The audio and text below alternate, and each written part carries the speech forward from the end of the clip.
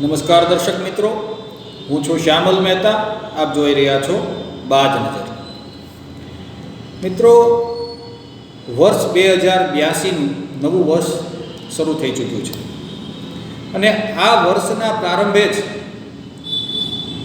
ભારત સામે અને ખાસ કરીને ગુજરાત સામે બે મોટા પડકારો સામે આવીને ઊભા છે. ક્રમશઃ આજે આપણે તેમની વાત કરીએ.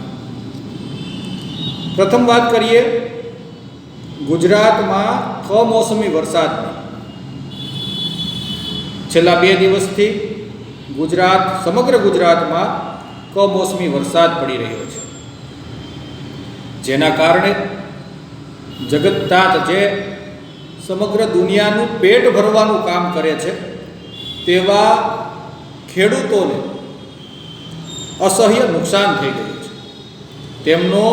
તેમના પાથરાઓ, તેમનો કપાસ, તેમની મગફળી જે ખેતરમાં ખુલ્લામાં પડ્યા હતા તેમના પર અનહદ વરસાદ પડતા તે બધો પાકનો નાશ થઈ ચૂક્યો છે.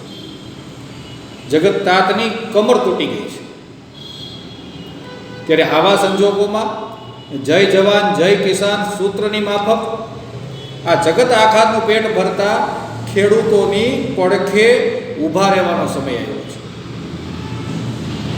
નવું વર્ષ છે, નવા દિવસો છે અને તેના શરૂઆતના ગાળામાં જ આ માવઠાએ માઠી બેસાડી દીધી છે. ખેડૂતોની અવદશાના પડઘા સમગ્ર ગુજરાતમાં પડી શકે છે. અત્યારે ગુજરાત સરકારે પણ વ્યવસ્થિત સર્વે કરાવીને એરિયલ સર્વે થાય, ગ્રાઉન્ડ પરનો સર્વે થાય, જે રીતે સર્વે થાય તે રીતે દરેક ખેડૂતને, નુકસાનગ્રસ્ત ખેડૂતને ટેકો મળે તેની જોગવાઈ કરવી જોઈએ. ગુજરાતની જનતાએ પણ આ અસરગ્રસ્ત ખેડૂતોની પડખે ઊભા રહેવાની જરૂર છે. ખેડૂતોની સાથે સાથે ખુલ્લામાં જેમનો સામાન પડ્યો છે તેવા વેપારીઓને પણ પારાવાર નુકસાન થયું છે. આ કમોસમી વરસાદે અનેક લોકોના આર્થિક ગણિત બગાડી નાખ્યા છે. એટલે આ એક મોટો પડકાર છે જેને ગુજરાતની જનતા અને ગુજરાત સરકારે સાથે મળીને ઉકેલવાનું છે. આપણે વાત કરી કે જય જવાન જય કિસાનની માફક, તો બીજો પડકાર જે છે તે ગુજરાતની સરહદે ઊભો થઈ રહ્યો છે. ગુજરાતમાં પાકિસ્તાન બોર્ડર પાસે એક સરક્રીક નામનો વિસ્તાર આવેલો છે, જે માર્શી એરિયા છે, કાદવ કીચડવાળો. ત્યાં કોઈ માનવ વસાહત નથી. આ સરક્રીક વિસ્તારની પેલી સાઈડ પાકિસ્તાન છે અને પાકિસ્તાને ત્યાં હેવી ડિપ્લોયમેન્ટ ચાલુ કરી દીધું છે. ડિપ્લોયમેન્ટ મીન્સ કે તેમણે લશ્કરી થાણાઓ સ્થાપવાની શરૂઆત કરી દીધી છે અને તેમના નેવીને ત્યાં તેમણે સ્થાયી કરી છે.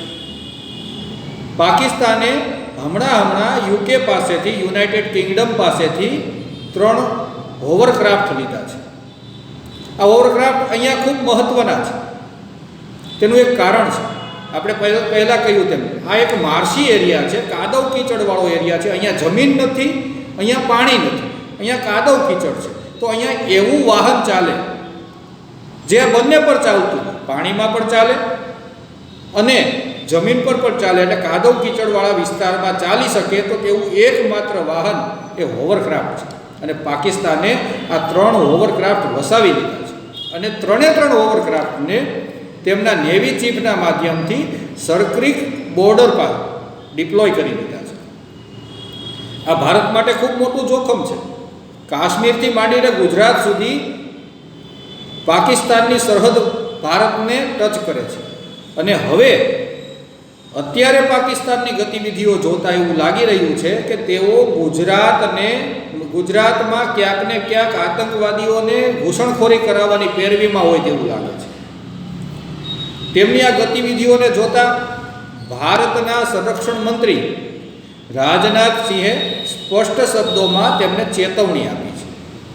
તેમણે એવું જાહેર મંચ પરથી કહ્યું છે કે સરક્રીક વિસ્તારની અંદર પાકિસ્તાનનું કોઈ પણ અટકચાળું ઇતિહાસની સાથોસાથ ભૂગોળને પણ બદલી દેશે. તેમણે સ્પષ્ટ શબ્દોમાં કહ્યું છે કે ક્રીકનો વિસ્તાર છે તે કરાચી સુધી જવાનો રસ્તો છે એટલે પાકિસ્તાન એવા કોઈ ભ્રમમાં ન રહે કે ક્રીક વિસ્તારમાં અમે કંઈક ઉંબાડિયું કરશું તો ભારત તે વાતને સહન કરી લેશે. પરંતુ આપણે સાવધ રહેવું પડશે, કારણ કે ચેતવણીથી માને તે પાકિસ્તાન નથી. એ લાતો કે ભૂત છે તે બાતોમાં માનવાનું નથી. એટલા માટે ભારતની સરહદ અને ખાસ કરીને હવે આ સરક્રીકનો વિસ્તાર જે છે, કારણ કે ત્યાં માનવ વસાહત નથી, ત્યાં કોઈનું આવન જાવન નથી, ત્યાં પેટ્રોલિંગ થઈ શકતું નથી, તો તેવા વિસ્તારની અંદર પાકિસ્તાનને ઘૂસણખોરી કરવી અને તે તેમના હોવરક્રાફ્ટના માધ્યમથી ખૂબ સહેલું બની રહેશે. એટલે ગુજરાત સરકાર અને ગુજરાતના નાગરિકોએ પણ આ બાબતે સાવધાન રહેવું પડશે. ભારતે પાકિસ્તાનના ડિપ્લોયમેન્ટના જવાબની અંદર ઓપરેશન એક ત્રિશુળ નામનો અભ્યાસ ચાલુ કર્યો છે, જેની અંદર ભૂમિદળ, હવાઈ દળ અને નૌકાદળ આ ત્રણેય એક સાથે ત્રિશુળ નામનો અભ્યાસ સરક્રીક વિસ્તારમાં કરી રહ્યા છે. મૂળ તો આ વિસ્તાર છે એનું નામ બાણગંગા છે. સદીઓથી આ નામ જ ચાલ્યું આવતું હતું. આ જે સરક્રીકનો વિસ્તાર છે તેનું મૂળ નામ બાણગંગા છે. પરંતુ અંગ્રેજો આવ્યા અને અંગ્રેજોમાં એક ક્રીક નામનો અધિકારી હતો અને તેમની યાદમાં આ સરક્રીક એવું એ વિસ્તારનું નામ આપી દેવામાં આવ્યું છે. આપણને આઝાદી મળીને 78 વર્ષ થયા, પણ હજુ આપણે એ સરક્રીકનું બાણગંગા કરી શક્યા નથી. હવે નામમાં તો કશું છે નહીં, પણ નામ બદલવું જરૂરી છે, કારણ કે આપણી ધરોહર બાણગંગા તરીકે છે, આપણી ધરોહર સરક્રીક તરીકે નથી. હવે આ વિસ્તાર ખૂબ સેન્સિટિવ છે, કાદવ કીચડવાળો માર્શી એરિયા છે. એટલા માટે અને પાકિસ્તાનનું હવેનું ટાર્ગેટ ભારતનું એક સમૃદ્ધ રાજ્ય ગુજરાત હોય તેવું સ્પષ્ટ દેખાઈ આવે છે. એટલે તેમનું જે ડિપ્લોયમેન્ટ છે તેની સામે આપણે પણ ઓવરક્રાફ્ટ ત્યાં ડિપ્લોય કરવા જરૂરી બન્યા છે, કારણ કે તે એવો વિસ્તાર છે કે નેવીનું કોઈ શિપ ત્યાં ન જઈ શકે, ત્યાં ભૂમિદળનું કોઈ ટેન્ક ના જઈ શકે. એ એટલો કાદવ, ટેન્ક જાય તો ફસાઈ જાય, શિપ જાય તો ફસાઈ જાય. એટલા માટે નેવીએ ત્યાં ઓવરક્રાફ્ટ વસાવી અને ભારતની સરહદોને સુરક્ષિત કરવી પડશે. એટલે આ નવા વર્ષમાં ભારતના બે મજબૂત સ્તંભ જવાન અને કિસાન બંનેની જરૂર પડવાની છે. બંને પ્રકારના પડકારો આપણી સામે છે. અમેરિકાના તગલગી પ્રમુખ ડોનાલ્ડ ટ્રમ્પના સહયોગથી પાકિસ્તાન થોડું ભૂરાટું થતું જાય છે અને ભારતમાં છાસવારે ઉંબાડિયા કરવા તે તેનો સ્વભાવ છે. એટલે હવેનો ટાર્ગેટ ગુજરાત હોય તેવી રીતનું તેમનું સરક્રીક વિસ્તારમાં જે ચહલપહલ જોવા મળે છે તે પણ એક પડકાર તરીકે રહી અને ગુજરાતની પુનર્ગઠિત સરકાર આ બંને વિષયોમાં, કિસાનની બાબતમાં અને જવાનની બાબતમાં ખૂબ સાવધાની રાખશે તેવું આપણે ઈચ્છી રહ્યા છીએ. કારણ કે આ બંને વિષય ગુજરાતની સમૃદ્ધિ અને સંરક્ષણ સાથે જોડાયેલા છે. એટલે 2082નું નૂતન વર્ષ પોતાની સાથે નવા જ પડકારો લઈને આવ્યું છે અને આપણને વિશ્વાસ છે કે ભારતની સરકાર આ બાબતમાં ખૂબ સફળતાપૂર્વક જે અત્યાર સુધી કરતું આવ્યું છે પાકિસ્તાનને ભરી પીવાનું તે તો કરશે જ, પરંતુ ગુજરાતની જનતા અને ગુજરાતની સરકાર પણ ખેડૂતોની પડખે યોગ્ય રીતે ઊભા રહી અને આ માવઠાથી થયેલા નુકસાન બાબતે પણ તેમને મજબૂત ટેકો આપશે. કારણ કે અત્યાર સુધી આપણે ખેડૂતોના ટેકે ઊભા છીએ, તો અત્યારે આપણી ફરજ આવે કે આપણે પણ બધાએ ખેડૂતોને ટેકો આપવો તે આપણી ફરજમાં આવે. જય હિન્દ, જય ભારત.